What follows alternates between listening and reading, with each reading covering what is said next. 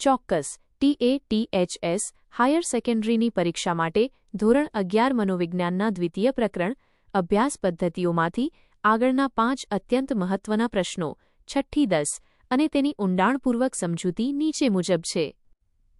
6. દીર્ઘકાલીન અભ્યાસ પદ્ધતિ લોંગિટ્યુડિનલ મેથડ. પ્રશ્ન: દીર્ઘકાલીન અભ્યાસ પદ્ધતિ એટલે શું? તેનો ઉપયોગ ક્યારે થાય છે? સમજૂતી. વ્યાખ્યા: જ્યારે કોઈ ચોક્કસ વ્યક્તિ કે જૂથનો લાંબા સમય સુધી, જેમ કે 5 વર્ષ, 10 વર્ષ કે તેથી વધુ સતત અભ્યાસ કરવામાં આવે ત્યારે તેને દીર્ઘકાલીન પદ્ધતિ કહે છે. ઉપયોગ: બાળકોના વિકાસના તબક્કાઓ સમજવા માટે આ પદ્ધતિ શ્રેષ્ઠ છે. દાંત: બાળકની બુદ્ધિનો વિકાસ જન્મથી 15 વર્ષ સુધી કેવી રીતે થાય છે તે જાણવા માટે દર વર્ષે તેનું નિરીક્ષણ કરવામાં આવે છે. મર્યાદા: આ પદ્ધતિ ખૂબ જ સમય માંગી લે તેવી અને ખર્ચાળ છે.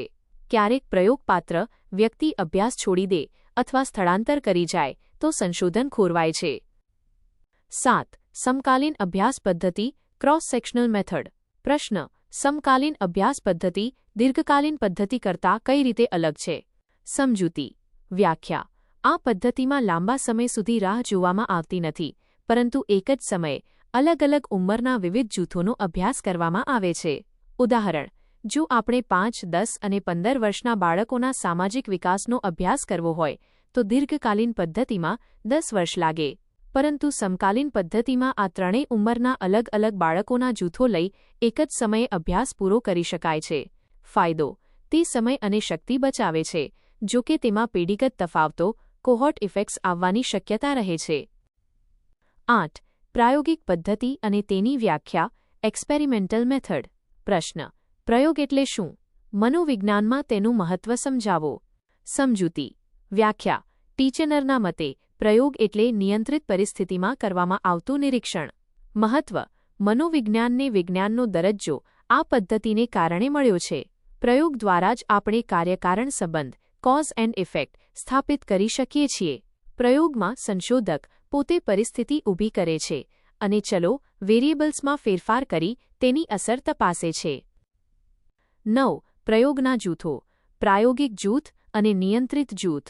પ્રશ્ન: પ્રાયોગિક જૂથ એક્સપેરિમેન્ટલ ગ્રુપ અને નિયંત્રિત જૂથ કંટ્રોલ ગ્રુપ વચ્ચેનો તફાવત શું છે? સમજૂતી. પ્રાયોગિક જૂથ જે જૂથ પર આપણે પ્રયોગ ટ્રીટમેન્ટ કરવાનો છે અથવા જેને સ્વતંત્ર પરિવર્ત્ય આપવાનું છે તે.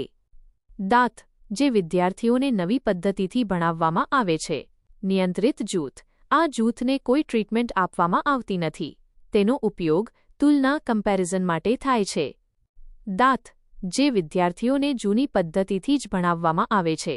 અંતે બંને જૂથોના પરિણામોની સરખામણી કરીને નક્કી કરવામાં આવે છે કે નવી પદ્ધતિ સ્વતંત્ર પરિવર્ત્ય ખરેખર અસરકારક છે કે નહીં. 10. પરિવર્ત્યોના પ્રકારો ટાઇપ્સ ઓફ વેરિયેબલ્સ.